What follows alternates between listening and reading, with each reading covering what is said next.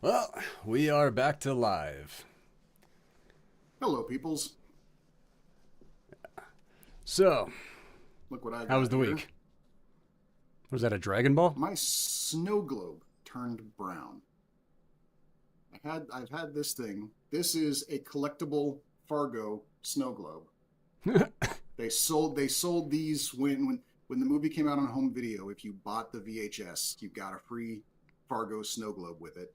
I've had this ever since then, and then it wasn't until I put it into storage for like 6 months, and it came out, and the freaking water has turned brown, and I don't How know did what to that do about it. happen? No idea. No idea. Though it's still in there. It's not like I got a leak or something, but something happened. Being in storage for a few months, it turned the water brown. So I don't know if anyone out there knows like a snow globe restoration company or something that can open this up and clear it out without destroying it. This is a limited edition. It's numbered and everything. Like this is an actual collector's item. Like and it's all screwed up, and I don't know how it happened. This is my since we're doing, we're not doing Fargo, but we did a Coen Brothers movie. I got to show off my Coen Brothers swag I got here. No, that's But fair. but yeah, it's a little. I don't know if you tell. There's Marge standing over the body. Is the scene in the snow globe? No, I can tell. Yeah.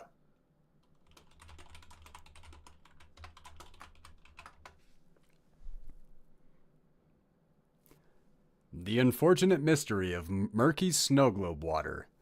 This often Oh, happens due to impurities in the water or the breakdown of materials inside the globe over time. The glitter, paint, or decorative elements can sometimes degrade, releasing the particles and discoloring the liquid. If I mean the that makes snow sense. If the snow globe is older, it might also be a result of algae or mold growth, especially if the seal has been compromised. Warm temperature changes or exposure to direct sunlight can accelerate the processes too. Oh shit. Okay.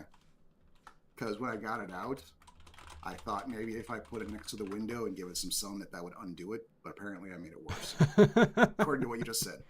So okay. Yeah, it says the way to just clean it, refill it with fresh liquid. Oh, I don't. I have no idea how to open this thing up without breaking it. I'm gonna have to. No, that's not something I would do, especially if it's a limited edition. Yeah. All right. Well. I mean, maybe take it to get serviced or something, you know? I mean, there's got to be somebody somewhere that does that. Yeah. But I got a one of cousin the that things, collects snow globes. Maybe she knows. I'll ask her. hey, there you go. That's probably a good source. Yeah. One of the things I did kind of want to talk about this week, I was talking to, hola, ¿cómo está? One of the things that I did this week is I was off in a bookstore talking to the owner and all this, and I got myself added in for one of the authors to be for a signing event this summer. This summer. Yes. So I mean, it's planning ahead. Oh, So sure. Yeah, that's one way of looking at it. Yeah. well, no, it's planning ahead, and even if the book isn't done or published or anything like that, it's still an opportunity to advertise that the book is coming. So on published day, that's a higher chance that I'm going to get more traffic on the like online for everything like that to see what can That's happen. fair.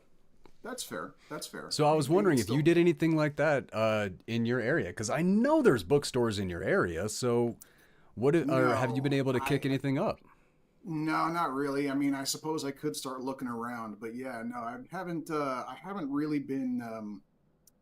Haven't really been gung ho in getting involved with the local fauna. This isn't. I think that's the number one way to get it going. I mean, word of mouth has Yeah. to start somewhere, and if people like your book, people like your story, you just got to get them talking about it. Ha No, that's ha! Here we true. go. We got somebody asking. Say, Doc, what kind of book is it? Oh, it's a paranormal mystery series. Um, Basically, yeah, it's my version of the X Files. It's weird shit happening and not so weird people trying to figure it out with a bunch of weirdos helping them. That's basically the rundown of it. Um, And my book is one of a warrior's journey. coming all across. Name a car for an edit? Oh, Danny Boy Edits. Name a car for an edit. Ooh, let's see. Oh, hey, you know what? Here's a fun one. Not a lot of people know about this car apparently. Well, why don't you get a Fairlane, like a 1974 Fairlane? I'd like to see what you could do with something like that. I have no idea, but I'm gonna go check the guy's channel afterwards and see what he's got. He said name a car for an edit, so it's been a while since I've seen it. I've even seen a Fairlane, so I would like to see what he does with that. Okay. I'm going to say the Yugo because I still think it was funny as hell that when we saw Drowning Mona, that movie where everyone drove a Yugo, everyone was sure that it was made up, and it wasn't. It was a real car. Well, real quick, I'm gonna cut you off because I'm gonna plug your book. Doc's book. It's Doc's actual name is Jonathan Ems, and the series is The Outside World. The first book is called Werewolves of Landfall, and you can find that on Amazon. And I've dropped it in quite a few of the links on our videos. But yeah, definitely, and check it out. That just goes to show I get a direct question about my book, and I don't even tell you what the fucking title is. That shows you just how bad I am at this. Well, I mean, that's what they say. One of the running jokes, and it's true. Like, writers are very socially awkward. That's why writers have managers. They have agents. They have publicists. They have all these things. And that's why every writer I know, when the advice is get on social media and push your work, all of us, and now I'm including myself in on this one too, because I cannot talk about myself. And talking about my book feels like a weird version of talking about myself. Because I'm like, hey, this is amazing. This is awesome. I look like you should spend money on this and all this. And there's like a weird connection to myself on this where I'm like, I don't know how to tell people to go do stuff for me. Right. You know what I mean? Yeah. I feel like you definitely know what I mean. No, for me, it's always been like, trying to tell people like, hey, read my book, you'll like it. To me, it's literally the exact same thing as like walking up to a woman in a bar and going, I am really great at fucking. Let's go. Like it's so cringy, so stupid, so obviously a lie. Like okay. Like it feels the same way to me, and I can't bring myself to do it, even though everyone says it's the only way to do this. So. Okay, the book is The Outside World. The first book is Werewolves of Landfall. Is it the Outside World series? Yeah. Yep. I gotta type it in on the comments. Okay. Book 1, Werewolves of Landfall.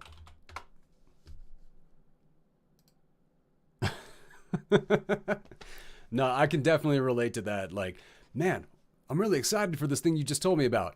What's it called again? No, I've done that. I've done that so many times. That is a me move completely. Yeah. I've even done that. Like, wow, you have a really beautiful name. What was it again? Right. Because I know that whatever it was, I was intrigued by. Right. I just have forgotten what it was that I was intrigued by. Yeah, you got caught up in the emotion and you forgot where that emotion first originated. Yeah. Exactly. Exactly. Yeah. I have. Well, I'm bad with names too. I remember, because I working the night shift at that hotel. The morning crew starts coming in and they're asking me about like, okay, who's the houseman on duty right now? And I'm like, it's the short one. Like we have a tall one and a short one. The short one's on tonight. And she goes to me, she's like, do you know his name? And I'm like, I am here alone for 8 hours a day. I don't learn names, man, And she's like, oh, that's kind of weird, but okay. And then she stops and goes, do you know my name? And I'm like, fuck you. Oh, I've been in that situation. I hate that. Like I said, it's that trivia stuff. It's just like one of our commenters. One of the only things I can remember is song lyrics. Okay. Right. Like I can remember entire albums and just not miss a single word, not miss a beat at all. Sure. But if you ask me to repeat something that I said, Right before we went live for the show, I was talking about something, tried to write a note. I wound up writing your note. I couldn't even keep track of what I was thinking. No, no, I am a hardcore idiot 90% of the time. Yeah. But no, back to your series though. You're writing book 5 right now. Have you I know you were working the No, outline. Have I'm you got into the writing yet? I am holding off on book 5 right now because I Have you kicked it over to the other series then? kind of, yeah. I'm starting. I don't know if I'd call it a series. It's more like a bunch of books that happen to have characters in common. Is this new thing I'm working on? That H1 is kind sounds of like a their own, series. but you can read just one at any point in the order, and it stands alone. Like that.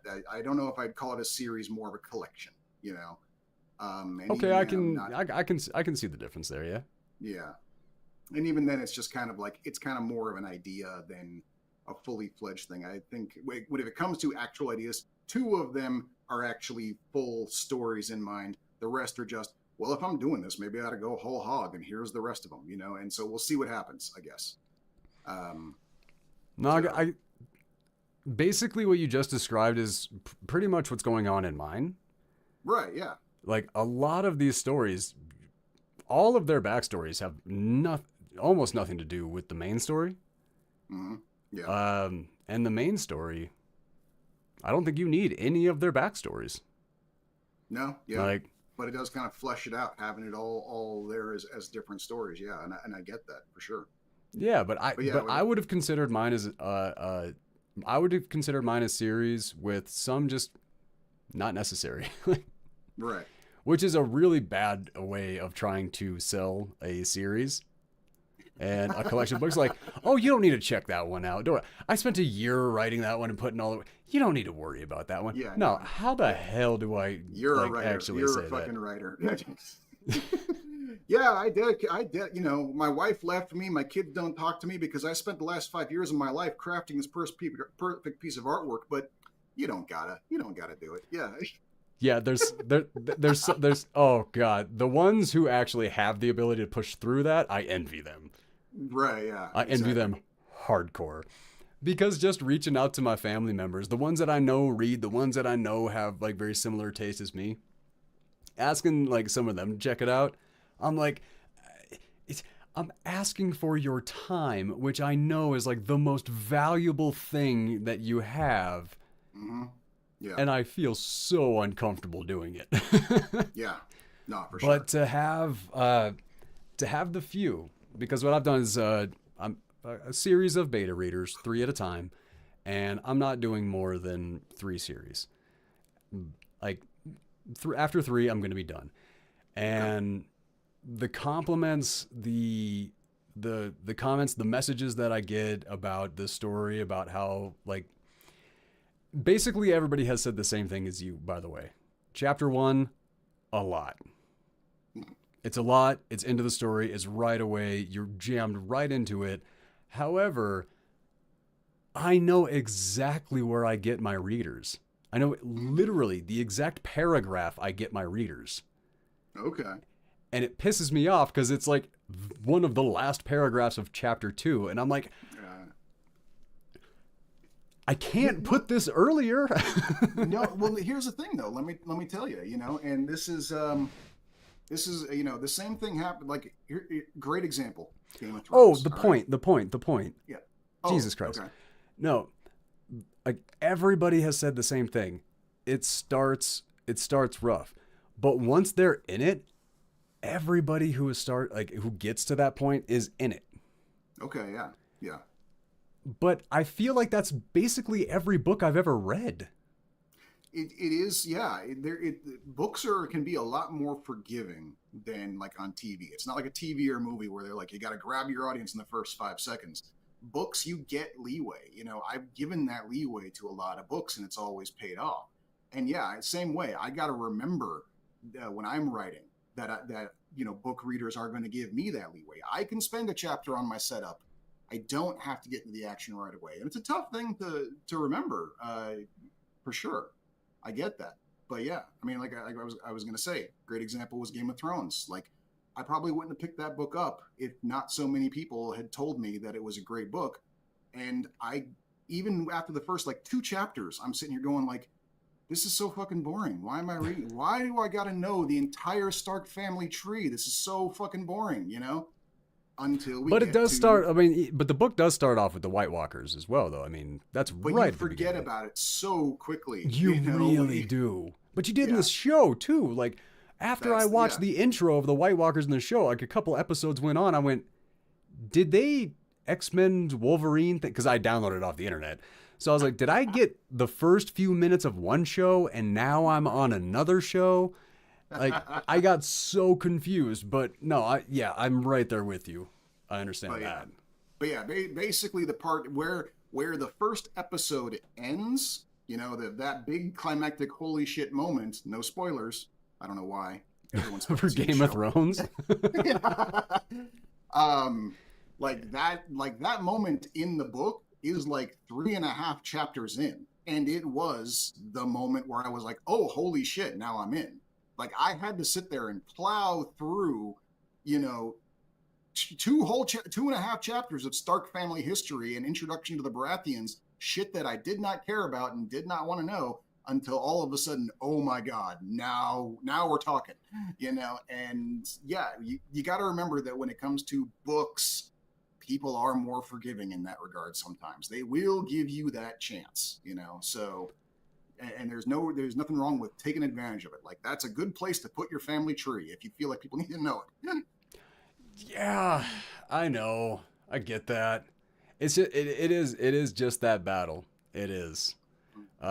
Because the second book, that the one that I'm writing right now, I'm 3 chapters in on that one, and 3 chapters in, no action has happened, Okay, yeah.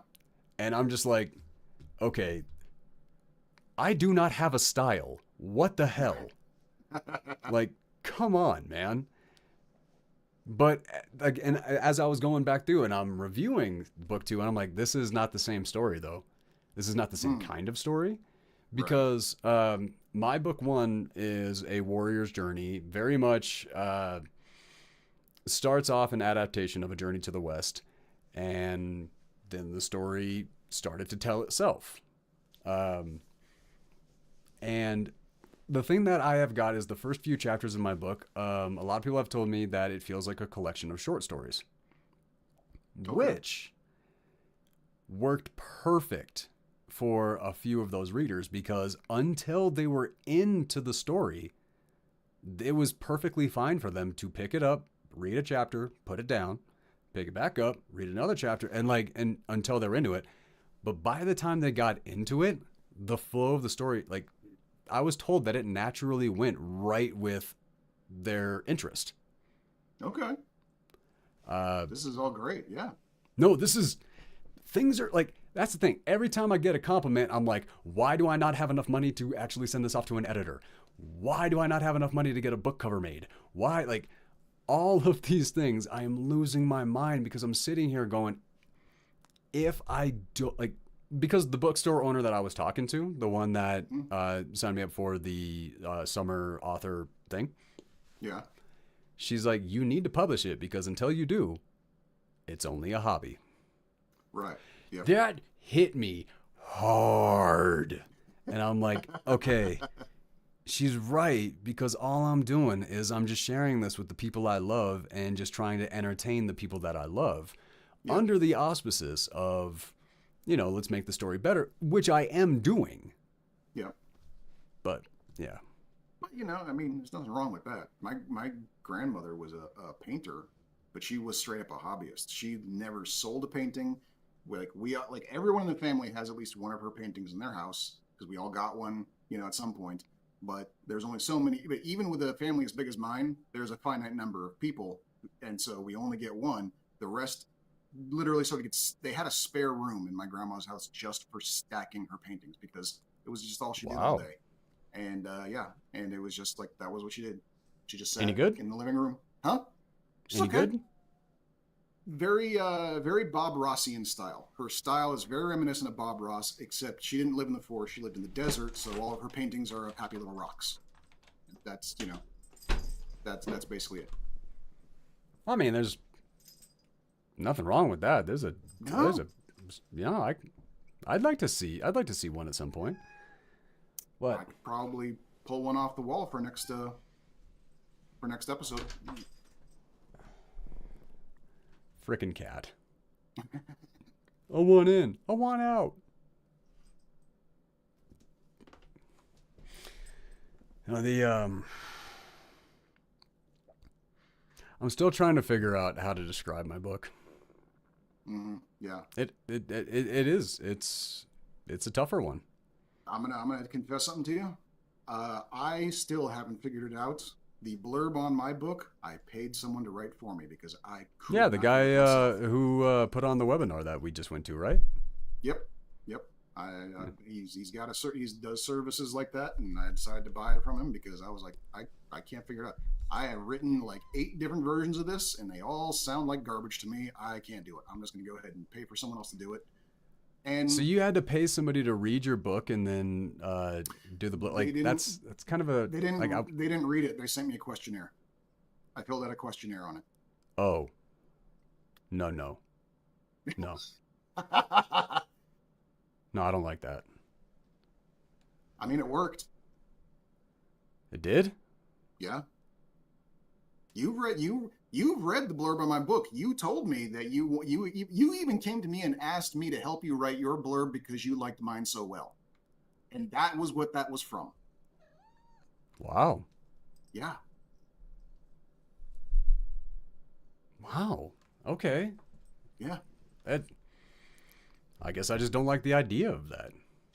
Because well, here's the thing about it, man, is that blurb is just like the cover. When you get down to it, it's marketing, and some folks have it down to a science as to which parts are the important parts, and you don't need to read it. And yeah, some things are going to be left out. That's not the part that's going to sell your book. They will find that part when they read the book after they've bought it from what they just read. So That's fair. that is a near impossible thing for the author of the book to get around, which is why services like that exist, because we need it. We can't get over ourselves in that regard, so we need someone to take that from us in order to do it properly. And that's what they did. That makes sense. Yeah. No, I do see that. There's just yeah. No, I just flat out. It does make all the sense. There's just I know what's messing with me on this one, and it's ego. Mm, I yeah. don't want somebody writing a blurb on my book if they don't love the story. And if they don't know the story, how can they love the story? Like I know that's Yeah. nothing but ego. I just don't understand how it's a better way It's to a go weird around it. artist thing. We find that in everything we do, It's like, how often, when you were an actor, how many interviews did you find yourself doing with people who never even saw the movie you were being interviewed for? But you I don't did it think anyway. ever. No, really? Oh, okay. I feel like that happens more often than people admit. No. I mean, like, no, like the people I talked to, like, they didn't see the movie. Like, no, Oh, I'm talking to a person who was in a movie. That's the whole thing. They didn't watch the movie. They didn't, okay. not like See, they the other didn't way around, research I it. thought. Okay. Yeah. No, Yeah. I kind of got on. No, I never had it go down like that. Like, I was always pitching the movie. I was always pushing the movie. I was Oh, always yeah. doing that. Nobody was ever talking to me about the project I did. I never did well, set aside from like Grimm, Okay. but my freaking episodes got burned. Ooh. You don't remember that? No, no. So in Grimm, I played the main character's grandfather, I do remember that whole part. Yeah. and they had a tube of film canisters that was like this long, and they pulled out one, and they watched me torturing one of the creatures in Egypt back in like the 40s or something like that. Okay. Every one of those canisters was an episode, but Oh. but because of something like they lost the location or something like that, so that trailer they had to burn it in show. So like all of the film canisters that were my character, they all got burned. Okay. Interesting production choice, but okay. Well, that's the thing. Like when they lost the location, they lost the location. So they had to write it into the story for like what happened. So when the trailer burnt down, that like all of the like the grim stuff, like all of it, it all got lost. Yeah, I got a message one because I didn't watch the show as it was going because if I know people who are in the show, I can't pay attention. I No, get yeah, pulled out same of the here. show. I like, and it really sucks. Yep. And I am again envious of the people who can watch their friends and go, that's a character. That's not the guy that I know that I was at the bar with last night. No, that's a character. Can't do it.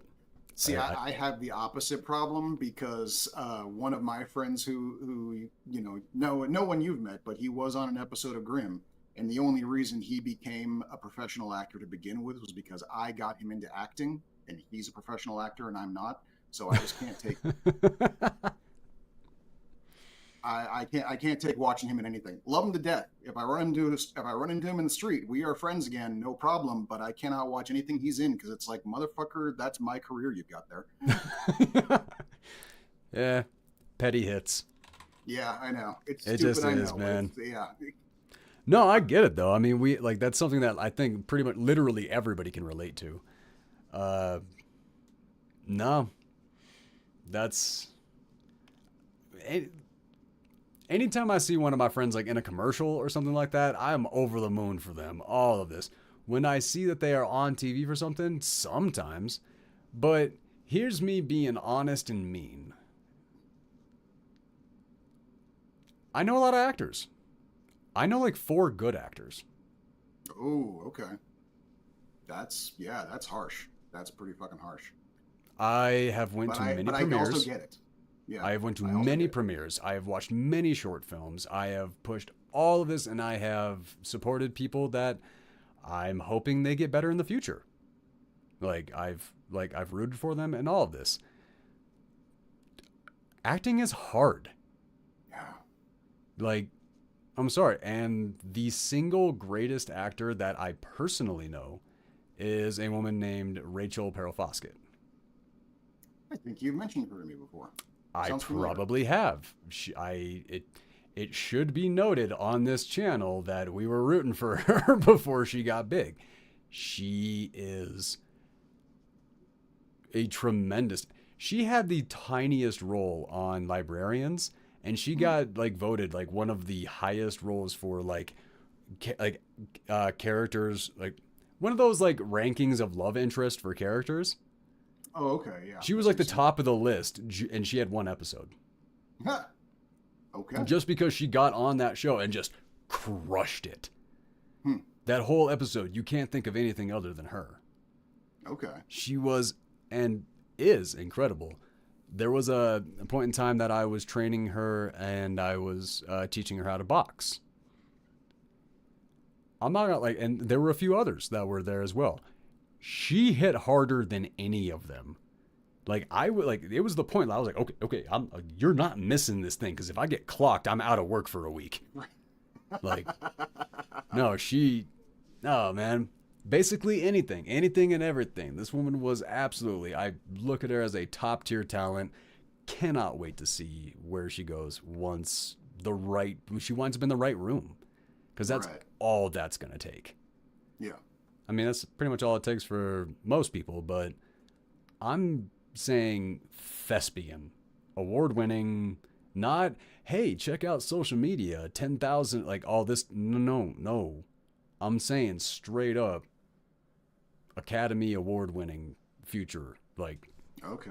All right. go check out I'll send some of her stuff to you. Maybe we'll watch one of her movies on the channel one day. No. Okay. Yeah. We'll be like, I like rooting for people, man. Oh, sure. Yeah. Me too.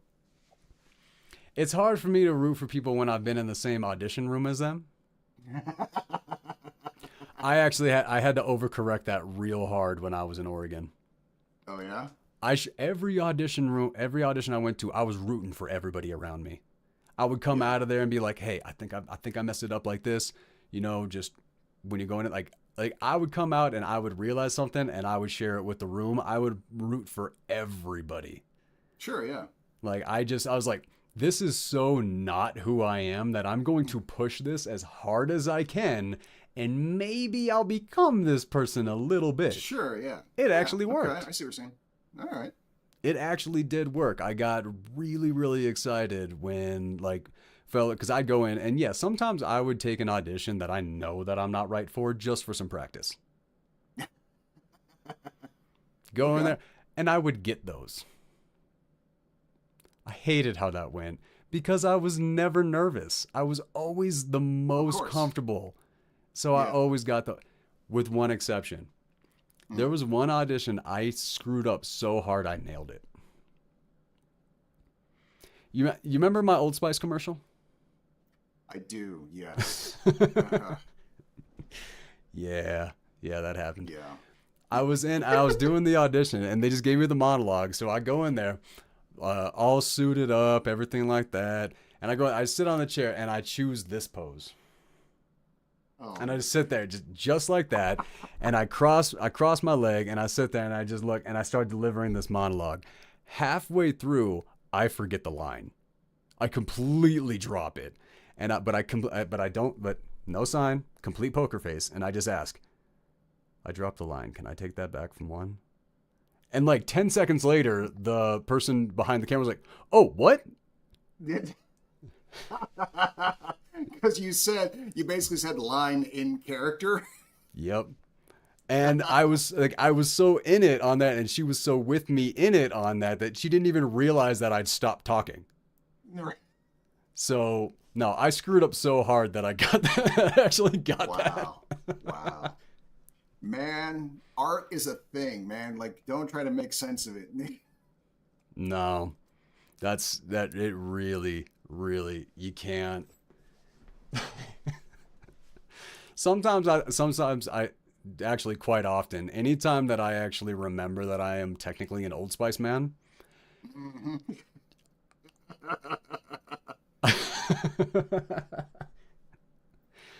That was, of all the gigs I did, that was a special kind of day. Because we're talking just you can't stop being utterly ridiculous when you're doing an Old Spice commercial. No, yeah. Well, but you're not allowed to show it.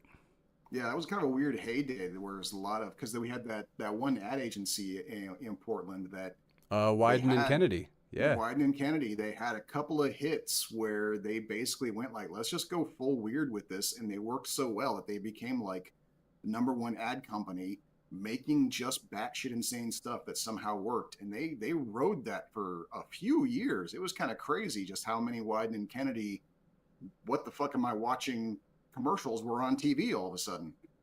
Well, yeah, but also in the Pacific Northwest with like YouTube, like all of those internet commercials were all targeted towards that weird ass state.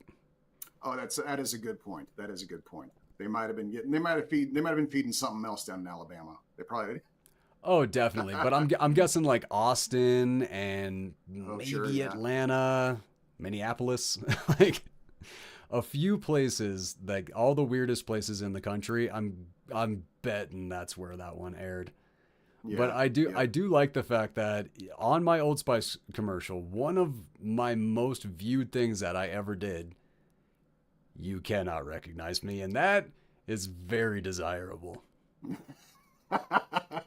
I love the fact I'm an Old Spice man, but I love the fact that I'm an Old Spice man you can't recognize even more.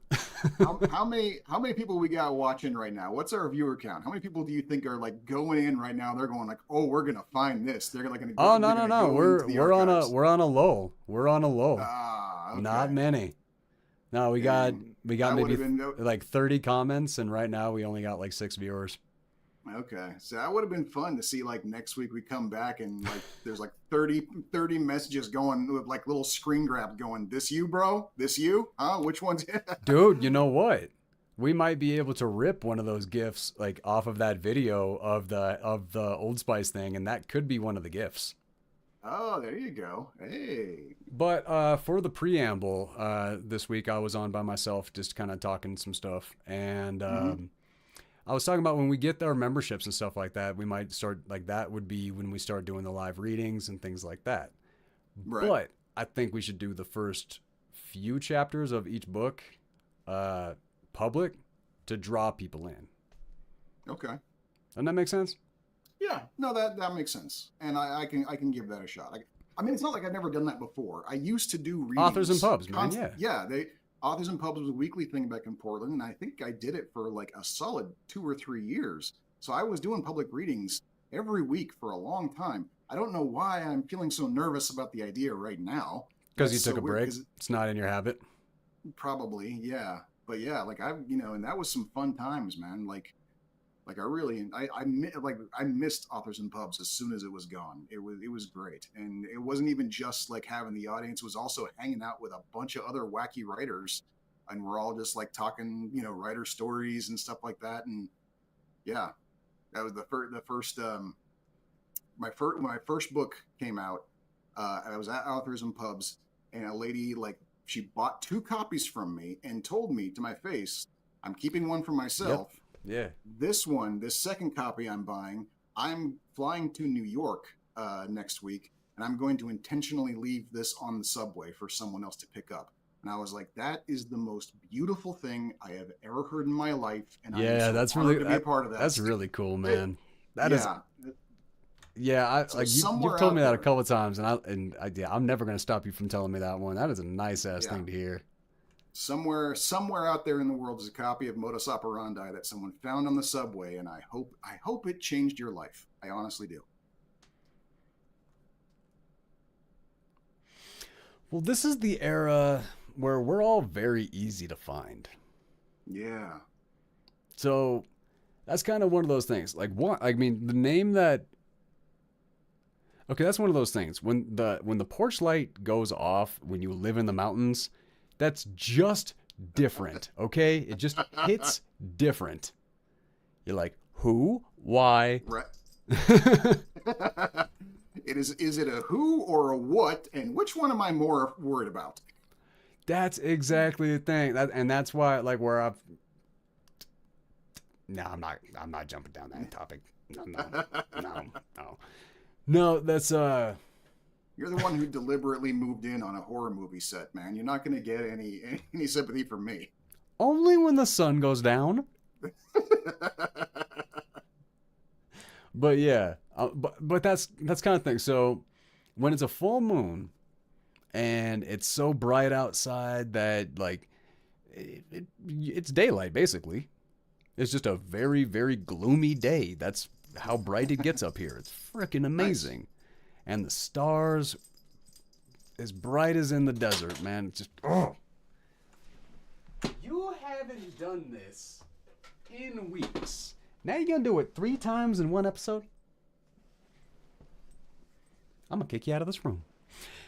The no, like those beautiful stars that you see out in the middle of the desert when there's no lights or anything like that. Yeah. It's what I get up here. It's Nice. absolutely beautiful. It is amazing. Incredibly amazing. But then there's the times when the moon isn't out. And you can't see anything at all. And you're taking the trash. And you're like, is there anything in here? Is there a bear 15 feet behind me smelling some bones and some meat and some stuff in there? Right. Your See, brain that. starts doing things that you don't expect it to. Now look, and maybe I'm not there. I obviously can't judge, but for me, in that situation, I'd go. You know what? I'll take the trash out in the morning. You're right. And I hear you. I hear you. It's just one of those things because I'm one of those guys that I will go, nah, it's okay. It's all right. You got it. You got it. It's all right. Maybe it's not all right, but I have continued walking the entire time I've been talking myself and saying that it's okay, that now I've crossed the point of no return. Like, but here's the thing. I have also done that on my way to doing truly amazing things, very awesome things, going to auditions that I have no right being in, and then like landing that role. Going like I went into an audition, tanked it, absolutely tanked it. Horrible audition. Walked out of the audition, and I saw the name for a musical that they were auditioning, and it was like flying robots, like, very much like Vampire Lesbians from Dimension X vibe. You know, Okay, like yeah. I saw that and I just went, what the hell is going on? And the director of the play was saying there, he's like, oh, yeah, no, we're auditioning. And I was like, do you sing? I was like, hell yeah, I sing. Like, do you want to audition? I was like, fuck no, I don't. He just, the director about like hit the floor laughing as soon as I did that. But he's like, Wow. why not? And I'm like, okay, I sing in a car. My audience is the windshield. That's as good as I can do. I do not want to mess up your play and or anything like that. But I did get to sit in and watch the auditions for like an hour and just sit there and like be a part of the process just because I had a good time. Oh, that's cool. Like there are moments like that mentality puts me into that situation and I get a cool day. It doesn't always go that way. Okay. There are some stories, one of which I will tell you about after we're off the air tonight, and Okay. you can tell me if that's a story that can be told on the air. Okay. Because, I have my one audition story is for an audition that I intentionally flubbed because as I was starting the audition, I got the feeling that this wasn't going to happen. I was like this because basically it was like, oh, this is another like he's like me. He's an indie film guy. He's just kind of like he's trying the whole like, hey, if I just get it going, it'll go on its own. Like this is we're gonna do auditions, even though we have no funding, we have no, I don't even have a camera, but we gotta get some momentum, so we're gonna do auditions. Like it had that feel to it, so I'm like, this isn't going anywhere. So mhm. I'd read the lines, I got out of there. 2 years later, the movie comes out. What was it? At Dark Dungeons. Dark Dungeons. Dark Dungeons. I don't The know that one. film, it's a film adaptation. Okay, do you know what chick tracks are? No. So this was a thing that was out during like the 70s and 80s. This ministry, this sort of like what you would call an internet ministry today, but before the internet. Um, their whole thing was about putting out these little comic books called chick tracks, which were basically morality tales about people doing non-godly things and being evilly punished for them. They were very scary, very very unimaginative scare tactic type stuff. One of them was called Dark Dungeons, and it was basically a story about a kid who plays Dungeons and Dragons, and then he starts to believe that his character that he's playing in Dungeons and Dragons is real, and then when his character dies in game, he commits suicide. That's the story. God damn. Yeah. So this guy apparently won the lottery. Like I shit you not, he tells us this story about how he won the lottery. He won $50,000 on a scratch it, and he spent the entire $50,000 buying the film rights to Dark Dungeons, and now he's just trying to get it going. And that was what was going on. He was doing auditions for his Dark Dungeons adaptation that he had the rights for, but no script, no producer, no nothing. And I'm sitting here going like, this ain't gonna happen. But then it fucking happened. If he had the rights, I Yeah. mean, I yeah. should have known. I should have known because probably getting the rights probably was the hardest part. Yeah. Yeah, yeah, yes, correct. Yeah, But no, that that was shows definitely me. the hardest. But how Yeah. how young were you at that point? This would have been, I want to say 15 years ago. Oh, you should have known by then. Yeah, I should have known. Yep. Yeah, okay, yeah. I wanted to give you the leeway. Yeah. Yeah, no, I was 12. I didn't know what was going on. Yeah, no, I was in my 30s. I should have Yeah, known. yeah. Nah, but I mean, I feel like we've all been there, you know. Yeah. This kind of one of those things. Like, I mean, if you haven't been there, you definitely have lived one hell of a charmed life. Yeah. If you just get it right every time. I I don't. know, right? I am not one of those. I've met people who have that, and I don't get it. No. It get it gives credence to that one. What was that? Pure Luck. Do you know Pure Luck? It's a Martin No. Short movie.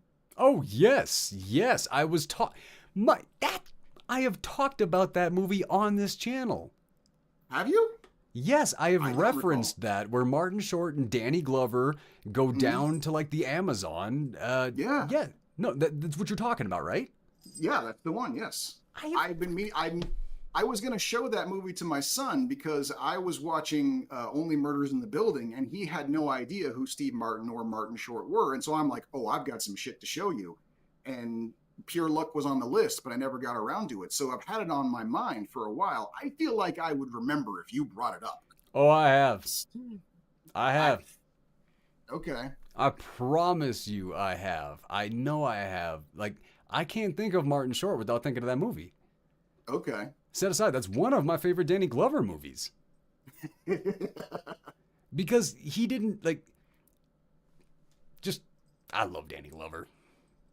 That's not true. Like Angels in the Outfield, I love that movie. You ever seen that movie? No. Nope. Ooh, we might actually have to cover that one because Really? that's Okay. dude. Danny Glover and Christopher Lloyd. Oh, okay. You make a solid argument there. Okay. That's there's not a lot that I need to say for that. I mean, and it's Christopher Lloyd actually bringing it, like the Mhm. way that he did Doc Brown. Like this was after Taxi, obviously, Right. but he had energy of a coked out like Christopher Lloyd pre-Taxi. Okay. No, that is a really fun one. Even if we don't wind up covering it, because I might watch it ahead of time to be like, because I don't want to do another Great Outdoors. Right. I hear you. Okay.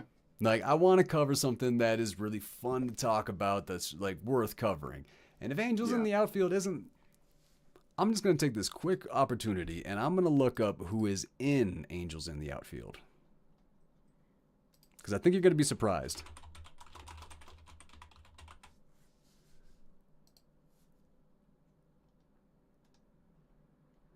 Okay, so Danny Glover, Tony Danza, Christopher Lloyd, Joseph Gordon-Levitt Oh wow. Holy, really? As a baby? as a Is it? baby. This is 1994. Wow. So that's even 94. That would be even before Third Rock from the Sun. So he is can Matthew does he walk in McConaughey, the, okay. All right. That's about Adrian right. Sure. Brody, Jesus Christ. Dermot Mulroney, Neil Are you McDonough. so everyone, you're saying literally everyone is in this movie. Pretty much. Yes, no, this movie was this was one of my favorites as a kid, and I haven't seen it in forever, but after looking at that cast, I think it's gonna have to go on the list again. I guess so, yeah. Jesus. Cause yeah, Okay. that was Baby Levitt. Wow. And I think Tony Danza plays his dad. Okay. That's cool. If I was I'm just thinking remembering about correctly, yeah. another I was just thinking about another Levitt movie too. Have you seen Brick? I have seen Brick. Okay. Do you think that would be, even though we've both seen it, do you think that would be worth covering for the show? Because that's a thick one right there. We could do a Joseph Gordon-Levitt week. There we go. We could do one lighthearted one. I mean, it's kind of hard to peg exactly what Brick is. It seems kind of lighthearted while also being very serious at the same time. That's what's interesting about it, is that you don't really know what movie you're watching most of the time, but you're compelled to the whole way through. It is definitely one to key in on. I would give that. But I'm Yeah. actually just really excited that you've never seen Angels in the Outfield, and I'm kind of curious how you're feeling about it after hearing that cast. I mean, it's got me intrigued. I mean, look, I you know my history. Anything that has angels in the title, I'm kind of a little about, you know? So Yeah, but it's But the feel good that, kind. It's different. It's not. I mean, yeah, It's that cast is honestly, I think pretty it's less Christian than Willy's Wonderland. okay. All right, fair. All right. God, what a piece of crap movie. Ugh. You know the biggest bummer of like the whole Nick Cage thing is? Mm. How come I never got to work with him? If he does all these things and everything like that, why did he never come to Portland in the entire time that I was there? Why did he never film in the Pacific Northwest? That is a damn good question. To my knowledge, he's never been a part of any of the movies or TV shows that were in the Pacific Northwest. For all the I stuff can't think of a single one. yeah. Or no, wait, no, Pig. That Oh, one he came I out didn't with see just like that. 2 or 3 years ago. Okay, yeah, no, he did. No, he did in like 2019. He finally came to Portland and did a movie in Portland called Pig, about a guy who's got a truffle sniffing pig that goes missing and he's got to go find it. That's a Portland That's movie. That is a yeah. Portland ass movie.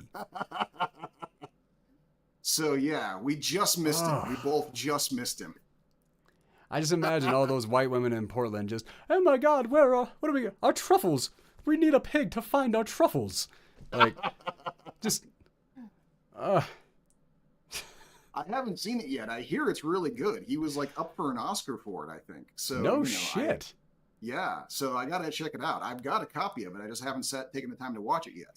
Well, fair enough. Fair enough. That you never know. When it's a Nick Cage movie, that's kind of That's the the thing. thing.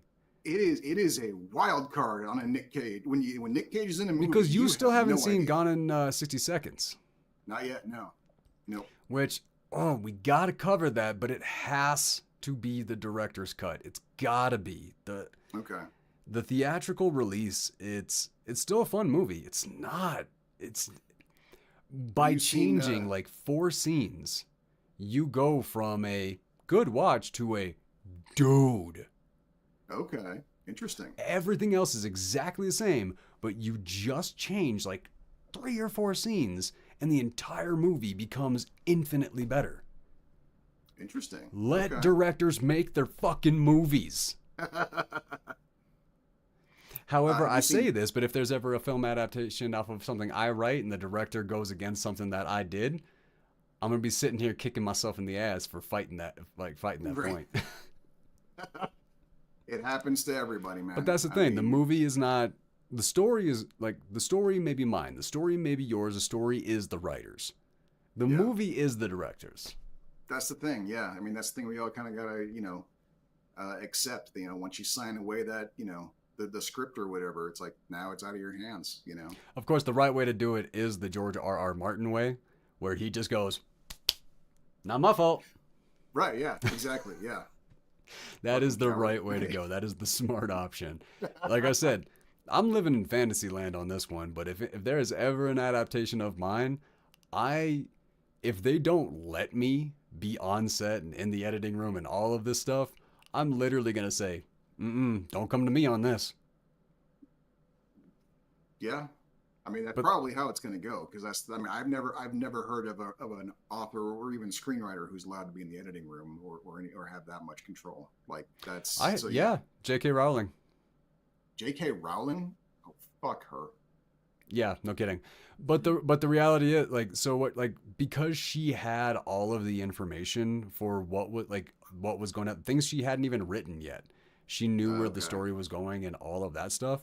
So she was included in a lot of the process just to make sure the story was going to make sense, which they cut out so much of the book. I don't understand. It didn't work anyway. Right. Hermione's best character arc wasn't even in the movies. I heard about that. Yeah. Yep. Yeah, I remember sitting there reading the book and going, I gotta go watch the movie again. I don't remember this at all. And then I watched the movie. I was like, oh, because it's not in here. Right. Yeah. Yeah. No, but there are some. I mean, there's some movies that absolutely destroy the source material, and it's just, like what they did with Timeline by Michael Crichton. I know I have talked about it a few times. It was Don't know that either bad one. because it was that good of a Yeah. book. Okay. Haven't read the book. Haven't seen the movie. Yeah. Or no, No, wait. No, that's with the Paul movie's got. Walker, Billy Connolly, Gerard Butler. Okay, no, I'm thinking of something else then. Oh, then I know I haven't seen. I mean, the cast that I just listed, I had to see that movie. Right, yeah. No, I get that. No, I was thinking of Denzel Washington. That's who I was thinking of. There was a Deja Vu. Deja Vu. That was a good movie. I saw it once. So I can't fight either way on that one. I can't remember. Okay. That's been almost 20 years since I've seen that movie. Yeah, sounds about right. I think the same for me too. Yeah, I right when saw it it came on. out. Yeah, I saw it on DVD right when it came out. So yeah. Yeah, I think I had the DVD. Like Okay. I have a firm memory of what the DVD looks like in my mind. So either I just really cemented that when I rented it from Hollywood Video, or yeah, I got that somewhere Okay. probably in a CD case, like like dumb teenagers did, like and threw away all the freaking. Right, yeah, because we thought we were being so sly, like, oh, this takes up so much space. My collection could get so much bigger if I just had the disc by itself in a sleeve. Take it in my car, I can't wait for because time that's what. travel just so I could go back and just stop being an idiot. I just three No, times. Just give me three for times, three honest, chances. but be honest though. Even if future you showed up, would you have listened to him? Because that's the thing. Because that's the thing. I think back. Depends I on what think we're back. talking about. Yeah, because it's like I think back at how fucking arrogant I was, how sure I was about what I was doing. That yes, even if future me showed up and was like, "Don't fuck that chick," I'd be like, "Look at her, get out of my way." Okay, in that regard, I would have listened to myself. There's because there's one thing that I know I became. I know when I get serious with somebody and I have real advice and I got to cut real with them, it gets real. Like that is a Okay, talent. We can a skill, whatever we want to call it. But I know that if I met my younger self and I had that moment where like young me saw old me cutting real with me, okay, like he'd be like, "What happened to us, man?" right. See, that's the thing is, I think that's kind of the issue is because like I was like part of my whole problem back then was how self aware I was not. And so that's like I would not like a future me showed up, I wouldn't trust him because I had not learned to trust myself yet. That's the issue. Mm. See, at that point, the only person I did trust was myself. Ah, okay, I had interesting. to, I like, as I got older, I had to learn how to trust people. But before that, nope. That's why everybody thought they were like my best friend because I treated everybody like super well, really friendly, everything like that. I was there for everybody, all this stuff. I didn't trust a damn person with my stuff. Okay, yeah, I got like 30 people out there that are like wildly pissed off at me because they think that we used to be best friends and then I just kind of abandoned them or something like that. When in reality, they were just the people I would see on a daily basis and I'm nice to everybody. right. I get you. Yeah. Yeah, no, I have been chopped down to pieces by people I do not care about. I mean, I want to say that that's kind of a mean thing to say, but at the same time, I've been chopped to pieces by people I don't care about. Like, Right. Yeah. why? Like, how how you gonna take somebody who's just a kind person and everything like that, but the moment that they're like, nah, I gotta keep a little bit of stuff for myself, and you attack them, you ain't the good person. Right. Yeah. So my give a damn about you. And I'm not gonna lie. When I was younger, I had a lot of people that I cared about way too much. Older I get, that number dwindles, man. Mhm. It dwindles and it dwindles and it dwindles and it just keeps dwindling. And I'm not gonna lie, the amount that I actually have for that, like those remaining people, Yeah. and the mental health that I actually do have a little piece of for myself, it gets better. The more that Yeah. I'm not like putting towards energy towards people that honestly don't deserve it and don't care about me, that's the kind of stuff. Telling young me, pointing out this person, being like, that person that you're trying really hard to be their friend and everything like that, and you really want to matter to them, they don't matter, and they're not Mm. going to matter to you. So Right. stop. Ooh. Ooh. Yeah. Okay. And if I had black and demonic eyes like these freaking shadows do to me, I'm pretty sure like I would. I was just noticing how red I look. Like I swear, it's not that warm in here. Something about the lights or something. I readjusted my lights because the sun was coming through. Now that the sun's gone, now I I know. look I like was I'm just about to overheating. say, when we started the main show, I was orange and you're white. Now I'm white and you're red. All right, that's gonna bring a close to this week's After Hour. We'll be We did back. not talk about anything we had written down. I know. I think we need to keep doing that though, so we just have something to Oh, fall back on. for sure. I absolutely agree 100%. I'm not mad about it. I just find it funny. Yeah. The one time I No, remember to write it down and I don't even think about it. I look at it and go, eh. no, I wanted to talk Bruce Campbell and everything like that because that is a note. When I started my acting career, like multiple sets over, they're like, "I want you to be Bruce Campbell," and I'm like, Yeah. "Dude, you have no idea how much I got this." Yeah. Nah. Yep. I remember No, I was one of them. All I right. know, I know. That's why I wanted to talk about it, but we'll save that for another time.